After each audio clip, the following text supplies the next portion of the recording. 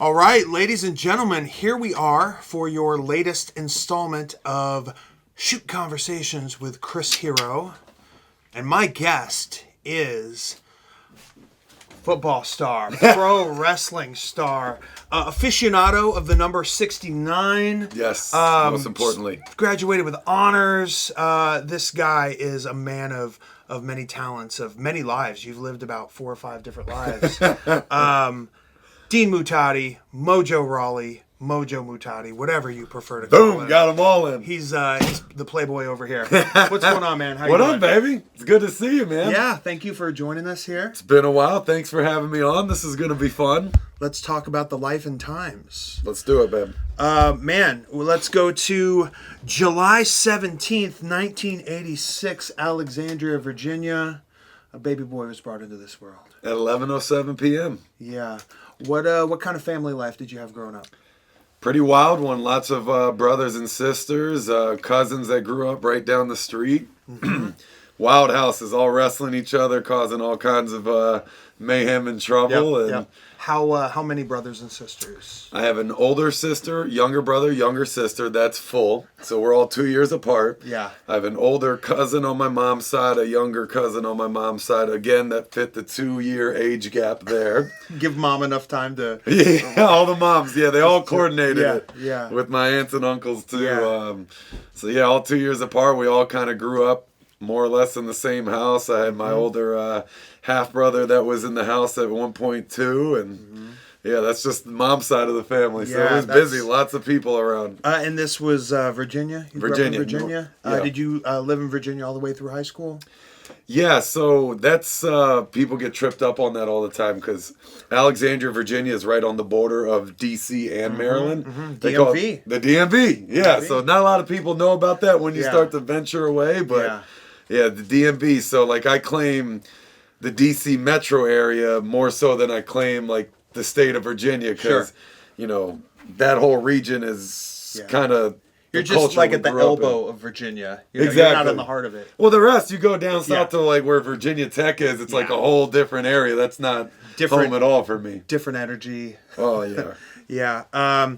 You come from a Middle Eastern background, your mom and your dad. I do. Tell me about that. My dad is Palestinian. He was born in Jerusalem. Mm-hmm. My mom is half Syrian. I believe she was born here, but... my family was in the United Nations, so they traveled everywhere. Yeah. So my mom lived in, 10 countries or so, like growing up, and I think English was my dad's like 3rd language. He always jokes about he speaks 16 languages. I think he actually speaks like 3, maybe even 4. But they grew up mostly in the Middle East. They actually met in Saudi Arabia. They got engaged in Saudi Arabia. My dad, most of his family's still over there, which is why I was one of the guys that really enjoyed the Saudi shows. Mm-hmm. But yeah, man, it was cool just kind of growing up in a family with a unique and diverse background. Some different food. Food was bomb, so good. My cousin is half Ethiopian. Yeah. I hated going to eat at their place. It's so...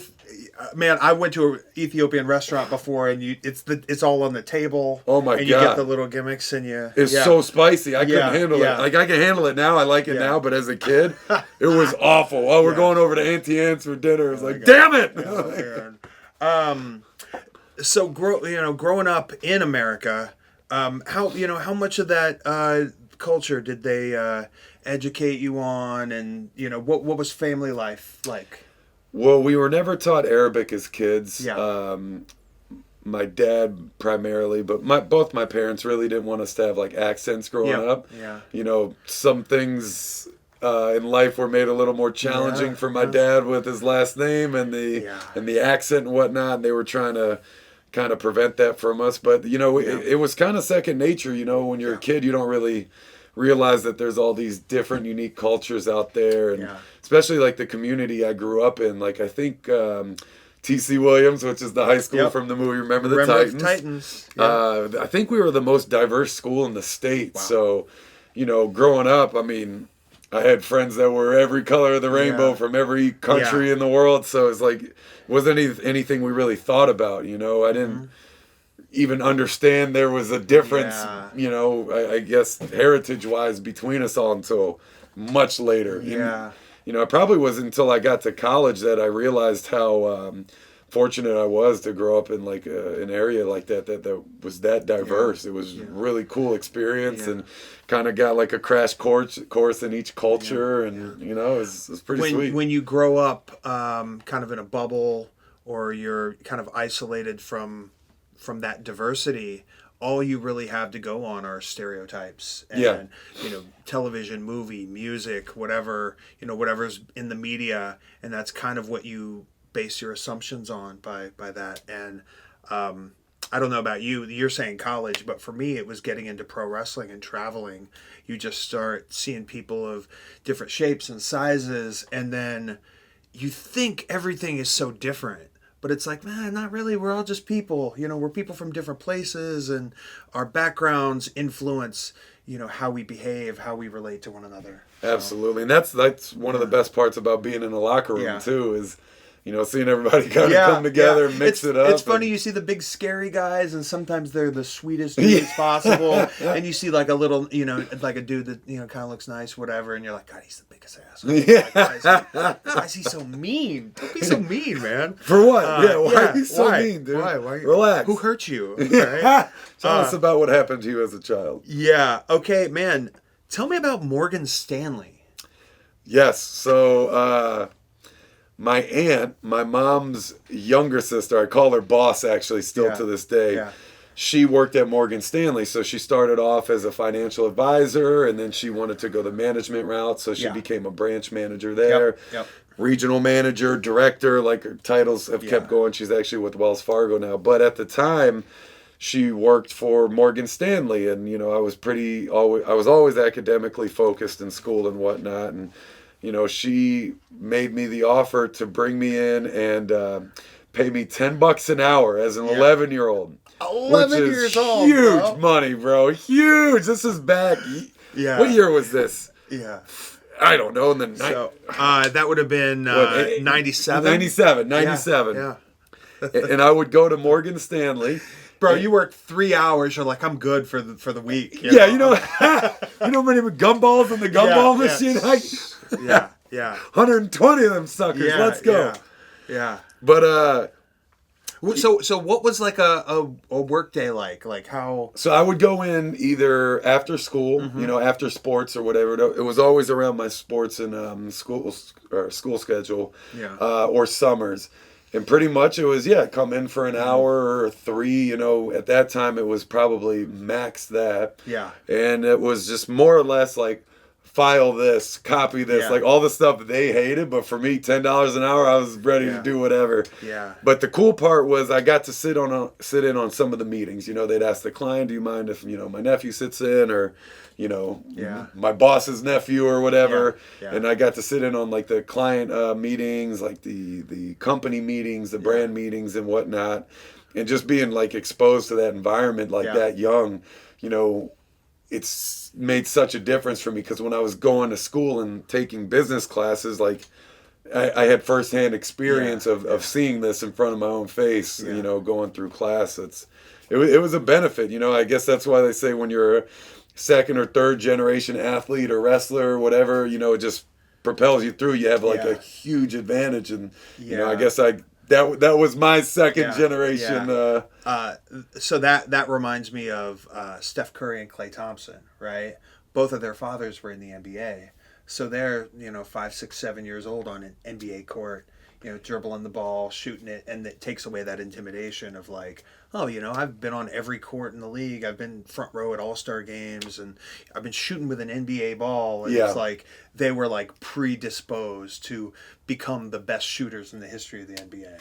And it's like establishing muscle memory early on. I mean, even from a, you know, financial standpoint, like muscle memory in your brain, and you know, same kind of concept. That was a very cool opportunity. Very cool. Do you remember the first time you saw pro wrestling? No, not the first time. Because we grew up with it in the house. Yeah. And my memory has been notoriously bad, but we just always had it around. So Yeah. as young kids, it was, every week with my dad and my brother and watching and wrestling. And I mean, if anything, it was my mom that was always trying to turn it off on us. Yeah, of course, you turn up the house. Yeah, exactly. But I do remember that I didn't understand that there was a difference between WWF and WCW when I was a kid. Yeah. Because the way I saw it was like, all right, well, it's like football. You got different teams, but it's all in the same league. I just thought it was different teams in the same league kind of thing. Yeah.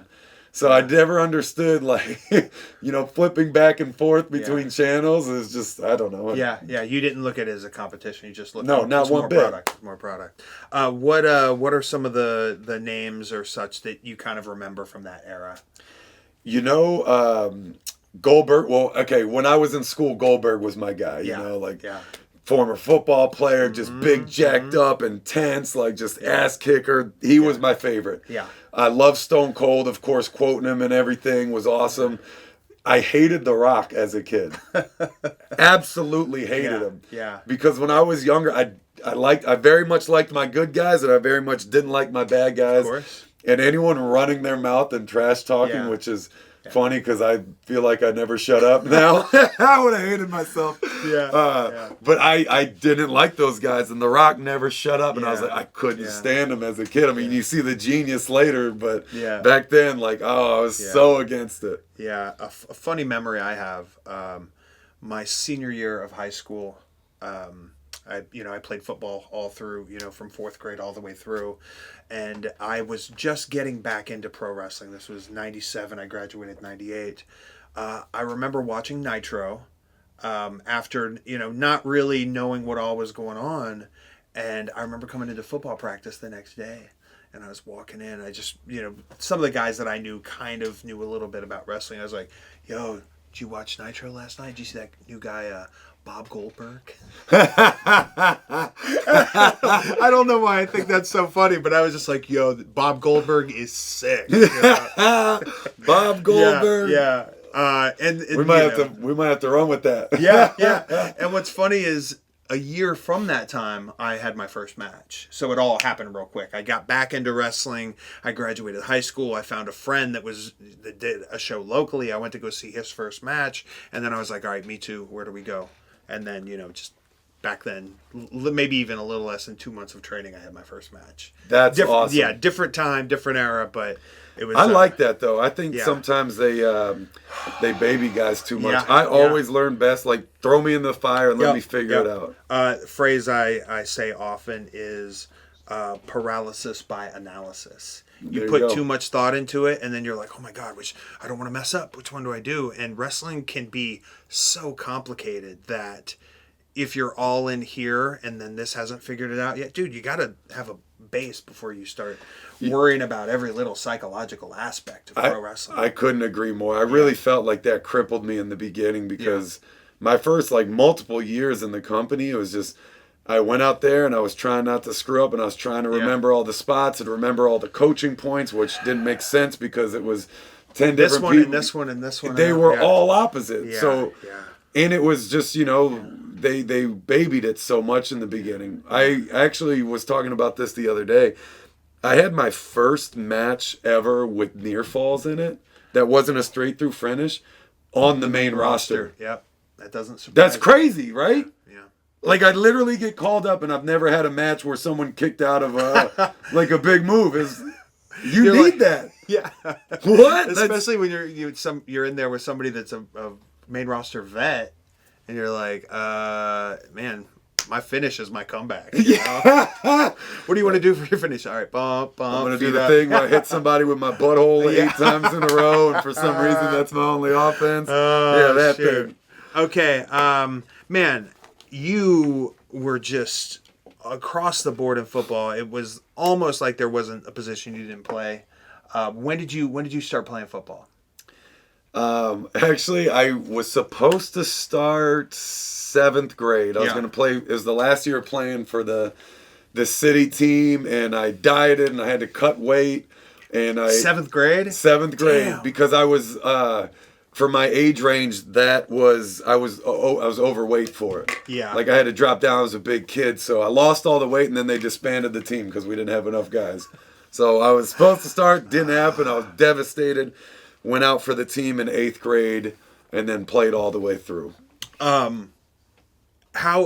me how football made you feel back then. Was it super exciting? Did you love it, or was it just like something to go out and do? You know, that's the first time anyone's ever asked me that. Honestly, I think I only started playing because it was America's sport. Yeah. I was a big kid. I was supposed to play football. I think, I could have made it to college, forget the NFL. Like, college was the goal. And I just felt like it was what I was supposed to do. And my first year, it took me almost a whole season for me to develop like a mean streak, because I was like a nice guy. I didn't really want to, fight or hurt anybody. I didn't want to hit anybody too hard. You're worried about cracking somebody in the skull. Yeah. It took me, probably a good number of months before I got the hit to come out of me, and I actually remember the play when that happened, but it Tell me about the play. No, it was just my buddy. We had this guy on the team, Romel McDonald, and he was one of our bigger offensive linemen. Yeah. And he was like, I was like doing some reps, and he started shoving me. He's like, hit me, And I was like, man, I am. Like, leave me alone. He's like pushing me. He's like, hit me. And he grabbed me. He started headbutting me. Yeah. And he just like really was cutting a promo. You better fucking hit me. Bring that shit. And like, he eventually got me to the point where I snapped, and then that was it. After that, like every play, I was just teeing off full speed, trying to crush somebody. And I remember he took pleasure in it at the time. Like, it was like an honor for him. Like, he just, he created a player that moment. He broke you in. He broke me into the game. Yeah. And then the rest was history. I got called up to varsity the next year as a freshman, which was cool, and had a good run at TC. Had 4 different head coaches in 4 years with 4 wins total. We were like the worst team in the state. And this was when the movie Remember the Titans came out. So everybody's thinking they're... Oh, yeah, because they were the best team back then. They were like, I think, the best team in the entire country. Yeah. So Remember the Titans comes out, and we played in 6 homecomings that year. Like, every team that played us, because booked us. It's going to be their draw. Exactly. And they were happy as shit that year there too.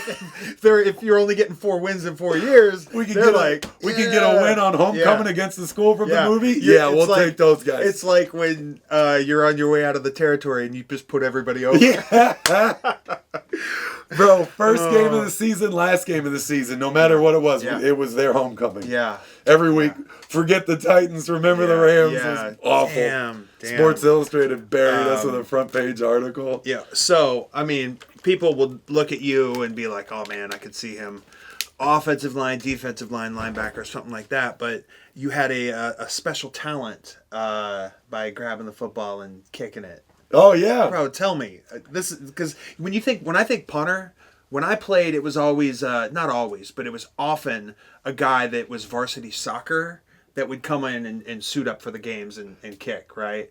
But, man, I've never seen a punter that would look like you. So tell me. Well, so my dad was a soccer player. Like, he played soccer his whole life, so we did too. So I had to stop playing soccer for football. So I could always kick. I was like the big foot on the team. Yeah. So we needed a kicker. We needed a punter. I volunteered for both. Surprisingly, I was a much better punter, actually. I kick with my toe, and you're not supposed to when you're a kicker. So I could really bomb that thing, but it wasn't always accurate. I'd shank it here and there because of that. Yeah. But my punting was nuts. I think I have the regional record back home still. Yeah, 74 yards maybe, something like 76. that. 76. And only a 5-yard roll. Have you seen the movie Rookie of the Year? Oh, long time ago. Where he breaks his arm and he just starts throwing bombs? Yes. Dude, someone fell on the side of my knee. Yeah. My senior year, and when I came back from, like, I missed the biggest game against of the season, which sucked. But when I came back from it, for some reason I was just punting absolute bombs. I think I had like 6-7 punts against one school for a 65-yard average. I got like Division I punter offers after that. I was like, no, man, I'm not punting. And I mean, your team also helped you out by going 3 and out many times. Yeah. So you probably had caught a lot. You got that. You got that bionic leg. Yeah, it was probably like 32 punts that game by the end of it. Have you ever had a punting discussion with Pat McAfee? No, you know what? I haven't talked to Pat much. Yeah. I think he really started. He came in when you were. I mean, I think I've seen him around here and there, quick conversation, but we never really got to chat about it, really. Yeah. Well, that for the future, be like, yo, respect my punt game. Respect my punt game. Only a 5-yard roll, so that means 71. All in air. And then, dude, it was like crazy hang time. It was. Yeah. I don't know what happened. One detail that I saw that I thought was cool was your team would switch you around positions based on who you were playing and who you'd have to match up against. So I was the biggest guy on the team. Yeah. And I tried to be the most in shape guy on the team too. That was my thing. Was conditioning was always my go-to. Like I wanted to have juice in the tank when everybody was tapping out, and for me, always being kind of like the last recruited guy on the team, that was a way for me to stand out. By being the guy that's always hyped up and yelling and never gets tired, it's gonna get me a job eventually somewhere.